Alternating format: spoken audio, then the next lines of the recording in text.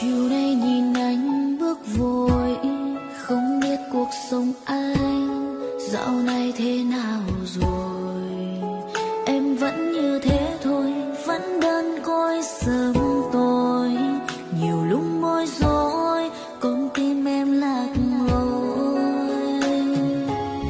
Khi em yêu thương anh hết lòng, sao anh lại nỡ bỏ em trong đợi mong.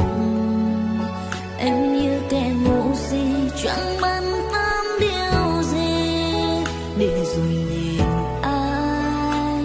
anh ra đi. Nhiều lúc em có suy nghĩ em đã làm sai điều gì mà anh ra đi không một lời từ ly.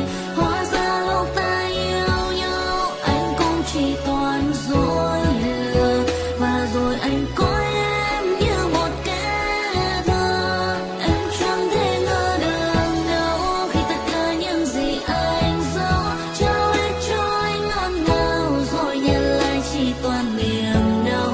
Nước mắt không vơi được đâu khi tình yêu đã phai màu, đành nhìn anh đến với người sau.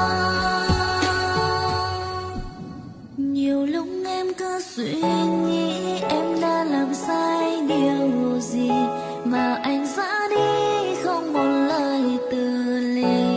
Hóa ra lúc ta yêu nhau anh cũng chỉ toàn dối lừa, và rồi anh coi em như một kẻ thơ.